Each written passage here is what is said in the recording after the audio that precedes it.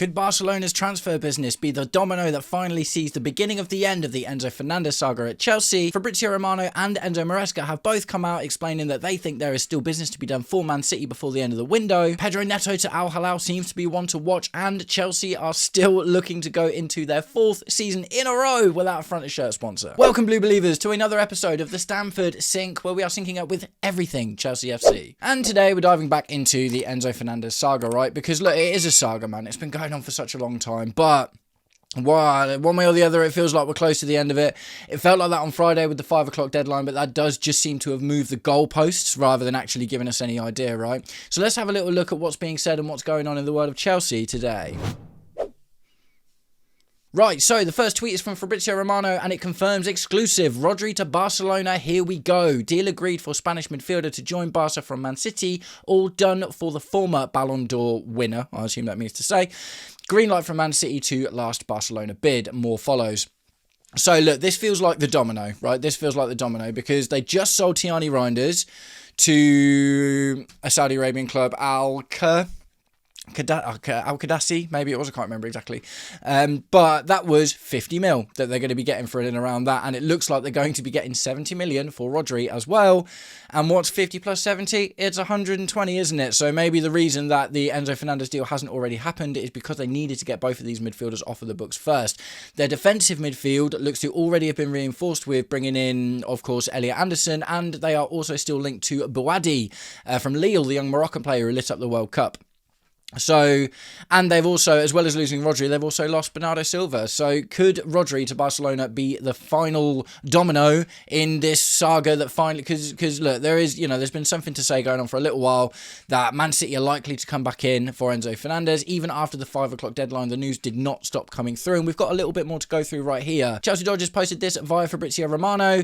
I think next week there will be new contacts, and I think Man City will try again to find a way to sign Enzo Fernandez. So this was earlier today. And this is basically, regardless of the 5 o'clock deadline, and Chelsea are keeping him, and we put him in the game against Real Sociedad and gave him the captain's armband.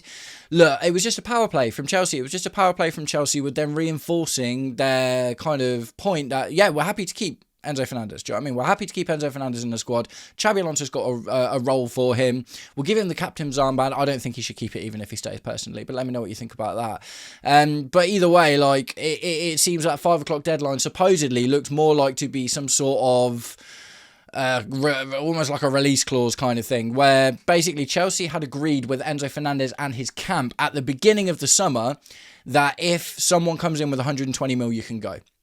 And supposedly the deadline for that agreement was 5 o'clock on Friday, just gone. But even with that, you've still got the likes of Fabrizio Romano coming out saying that they expect Man City to come back in for him. And it would make sense. Now they've made £120 million in midfield sales. They haven't really been linked to that many other people either, right? Apart from Pedro Neto and Malo Gusto as well. So it's just one of those, man. Like the Enzo Fernandez thing looks like it's going to rumble on until the end of the window. I just really hope it comes soon, especially now they've got the money.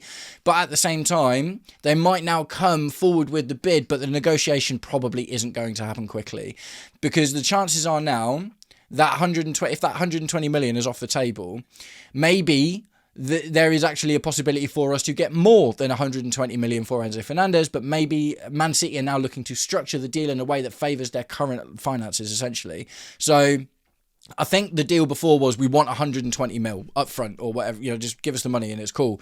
But now maybe we look at something where it's like 125 with 80 up front and the rest, the extra, the extra 5 as an add-on and 20 mil a season for the next 3 years or whatever.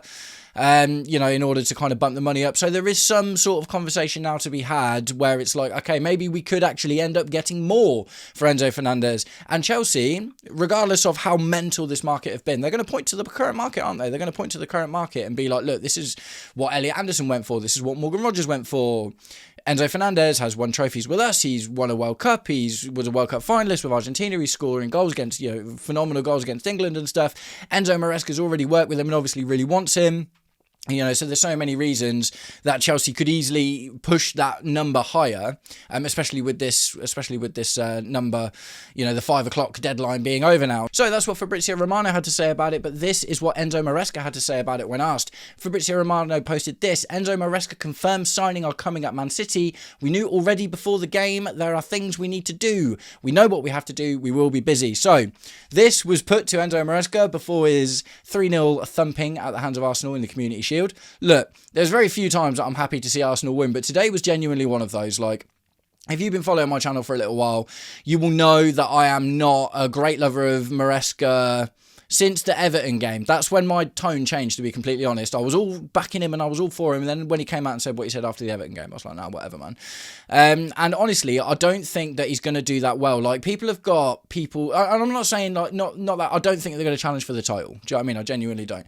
People are saying Man City are still going to be up there. I think it's just like, I think if you look at the players they've lost and the manager they've lost two of the best players in the world, and they've lost the best manager in the world, and they are replacing them with talented players, don't get me wrong, but it's not the same level, is it? And Pep Guardiola struggled with those best players in his team last season. So I think, even just if you don't look any further than that, to assume that Enzo Maresca is just going to come in and storm the league, I just think it's crazy, to be completely honest. But they did get battered today by Arsenal, which was funny, and Kai Havertz scored a goal against them, which is kind of funny as well. Do you know what I mean? It's like, you know, one of those, Arsenal are the league leaders. Well, they obviously won the league, and they're in the Champions League final. So, you know, they're kind of favourites for this year, aren't they? Based on the fact that there's no massive change going on. They've strengthened a little bit, albeit I still expect them to do more business before the end of the window. City are going for a big rebuild, and having a new manager is a big part of that as well. So Enzo Maresca was asked this before or after the game, I'm not sure actually, but he said that they are expecting to be busy. And busy could mean 120 mil for Enzo Fernandez. Maybe it means 160, 170 mil combined for Enzo Fernandez and Malo Gusto, who looked particularly good in the game against Real Sociedad, by the way. If you haven't already, go and check out my winners and losers from that game. Really interesting, some points there, and I was actually really surprised at how well Malo Gusto played. But where we are at the moment, Enzo Maresca, albeit he said the other day, obviously on Friday, I don't think we're going to do anything today. Evidently, maybe that was probably because Rodri and Bawadi haven't signed yet. It just is what it is, isn't it? So guys, let me know what you think about the whole Enzo Fernandez saga. We're going to move on from it. Do you think that the City thing is likely? I mean, you got to think from the player's perspective. When he came on at Stamford Bridge, those boos, man, it's like there were a lot of people chanting his name as well, don't get me wrong. But the boos, man, the boos. And the thing is, that's going to be a mix of things, isn't it? That is a mix of Chelsea fans that aren't happy with the way he's conducted himself, flirting with Real Madrid, trying to push out from the club, all the nonsense from Javier Pastore. But also, there's going to be a lot of England fans in that audience that were really not happy about his antics in the World Cup either. It just feels like I'm sick of rehabilitating Enzo Fernandez. I'm sick of Chelsea having to rehabilitate Enzo Fernandez. Do you know what I mean? So I just think it's best for all if he moves on, to be honest. I've kind of nailed, my colours to that mast a little while ago. But that's what I think about it. Let me know what you think about it in the comments. And guys, if you are enjoying today's episode of the Stamford Sync, please do me the distinct honour of liking and sharing the video, subscribe to the channel, or just roast me in the comments, whatever gets you through your day. Right, so we're going to carry on with the news, and we've got a few things to look at. First thing we're going to do is talk about Liam Delap. Chelsea Dodgers posted this via Alex Crook and Ben Jacobs. Chelsea are demanding £40 million for Liam Delap. Nottingham Forest is worth keeping an eye on in the race for Delap. So, Awayonyo, is it? Today, one of their strikers has made a move to Coventry. He's gone to Coventry. So they're probably going to be in the market for a striker. Nottingham Forest have been linked with Liam Delap for a little while now, so this isn't even new news. This isn't new news. This is what is new news is 40 mil, because 2-3 days ago it was 50 mil. Then Como wanted to get him on loan. Apparently Liam Delap doesn't fancy it. He's not a fan.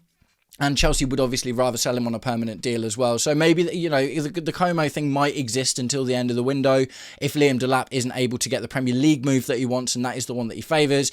There's also talks about Everton, and Liam Delap will probably likely get a move to a Premier League team, I would have thought. 40 million for the potential, because obviously we haven't seen it, but Ipswich did. So Ipswich got 12 goals out of Liam Delap in the Premier League, and you've got to think a team that plays transitional football, that is more willing to play to his strengths, is probably likely to get that as well. Another one I just kind of want to see the end of. I think it's damning for him that he was left out of, along with the likes of Nicholas Jackson and who was the other one? Someone else was left out as well. I can't remember who it was, but 3 players were left out of the Real Sociedad game. One of them was Liam Delap, one of them was Nicholas Jackson. I just think, I don't even really necessarily know. Dastan Sapphire, for instance, has already gone on loan to Burnley. Mark Yu, we're not talking about Mark Yu at all, but he's also not training with the team, and we haven't seen him in pre-season at all, so he probably will go at some point. Liam Delap's probably going to go. We don't know what's going on with the Mega yet. The striker situation just needs to get sorted out soon, doesn't it, guys? Let me know what you think about it in the comments. And we're going to move on to Pedro Neto. Fabrizio Romano posted this. Al Hilal have genuine interest in Pedro Neto as part of a 3 wingers shortlist. Deal depends on Chelsea valuation, as still deemed too high by Manchester City earlier this summer. So look, Pedro Neto has been one of the better players in pre-season, to be honest. He was fantastic in the AC Milan game, and he was fantastic against Real Sociedad, playing as a wing-back. That, I think, is the really important thing. Does Pedro Neto want to play as a wing-back? I get this feeling no, because he just looks quite unhappy at the moment. He looks a little bit dishevelled, and it's really unusual because he's been performing really well, albeit maybe not exactly his dream, do you know what I mean, to be a wing-back at the end of the day, where he has to lean into those defensive attributes rather than getting more opportunities to attack. Al Hilal will get 80 mil from Al Hilal. You would have thought did they not spend 80 mil on Crescencio Somerville earlier in the season as well? And you got to think, like, Somerville's a good player, don't get me wrong, but Pedro Neto is older, more experienced, Champions League, and ultimately, has spent time in the Champions League at least. Had a good season, relatively good season last season.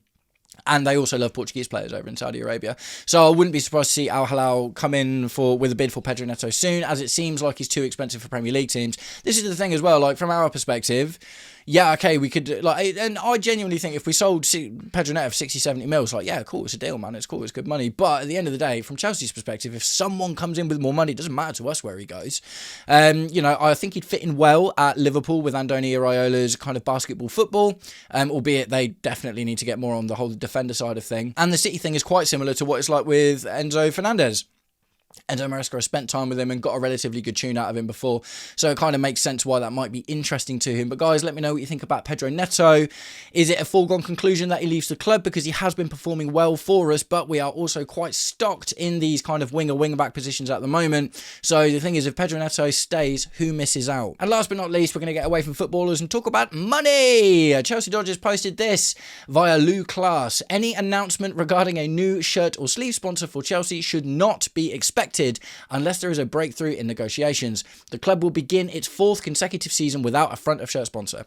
So I guess in the grand scheme of things, we're still on track, especially if we sell the likes of Pedro Neto, Enzo Fernandez, we're still on track to make 300 mil, which is what they said they wanted to do at the beginning of the season. So I suppose at the moment, albeit it would be better if we had that, maybe it makes a little bit more sense now, right? Because when we should have done it was at the beginning of last season, when we won the Club World Cup and we'd gotten back into the Champions League, and there were probably better sponsorship deals available. And obviously that's all gone now. So the thing is, if we go for a sponsorship deal now, we're less likely to get as much, because they're like, you're not in the Champions League, you're only playing one game a week and you haven't won anything recently. So it's like, yeah, okay, fairs. But with Xabi Alonso coming in, big changes to the initial first team sporting project that is looking to get success. Maybe we win a domestic trophy this season. Champions League, almost definitely. I genuinely believe that top 4 at the very least, potentially top 5 depending on the coefficient in Europe this year. Not a guarantee, because nothing's guaranteed, but I feel really good about it, bearing in mind how much else is changing in the league at the moment. So maybe not having one for this season isn't even the worst idea, because if we get into the Champions League next season and we perform really well, we're able to go out and, buy an extra couple of new really shiny players and everything's looking all golden and rosy, and we have a good Premier League season, then maybe we get a better sponsor at the end of next season. So albeit it's ridiculous that we're going into our 4th season in a row without a front of shirt sponsor at the beginning, maybe they do what they always do, and at the end of the season we get a Damac or an Infinite Athlete or an AIFS, whatever it was. I hate the AIR sponsor, man, it looks so bad. But maybe we end up getting something like that just to bring a little bit of money in at some point through the season. And then at the end of the next season, hopefully with Champions League football and a team that's raring to go for the next season and really looking to win big honours, then we'd maybe be more likely to get a better sponsor at that point. So I'm not really 100% sure, guys, but I want to know what you think about it in the comments. So, guys, that is it. I'm going to start wrapping the video up today, but I want to know what you think about everything that we've talked about. Enzo Fernandez. It's always Enzo Fernandez. I kind of just want him to go so I never have to say his name again. If YouTube gave me an extra few pennies for every time I said Enzo Fernandez's name during this window, I'd be minted, bruv. So yeah, Fabrizio Romano and Maresca are coming out saying that there's more business to be done for City. They've just sold Rodri. You know, that's really going to be a big important part of it as well. So let me know what you think about that. Liam Delap, 40 mil, I think is the price. Will probably, you know, 35 to 40 mil feels like the kind of price we might get for Liam Delap in this crazy market. Nottingham Forest are the current supposed touted suitors, but supposedly Everton are being credited with an interest as well. Pedro Neto to Al Hilal, 80 million on the books. Thank you very much. Well, not completely because, you know, amortization and whatnot. And no front of shirt sponsor for the season, but I'm not entirely surprised, to be completely honest. So, guys, I'm going to wrap the video up there. Thank you all very much for sticking around until the end. If you did, I'm going to level with anyone that's made it this far into the video now. I'm trying something new, right? I'm trying something new. Now, earlier today, I said I wasn't going to put a video out, but I've spent all day creating a new system, right? So any of you OGs that have made it to this part of the video, I want to know what you thought, because I'm trying to reduce the amount of editing I have to do so I can get my ideas out as soon as possible. So I'm now doing all of the graphics live. So I'm doing all of this as we go. It's going to take me a little while to get it really, really fluid and fresh and you know, like proper silky. So I do apologize if it's been a slightly stuttery video compared to usual, but let me know what you think about it. If there wasn't a difference and you didn't notice, brilliant. That's kind of perfect, which is exactly what I want. I'm just trying to build myself up to a point where when something drops, I can get it out to you as soon as possible. So, guys, let me know what you think, but thanks very much for sticking around. I'll catch up with you all very, very soon. Take it easy. Peace.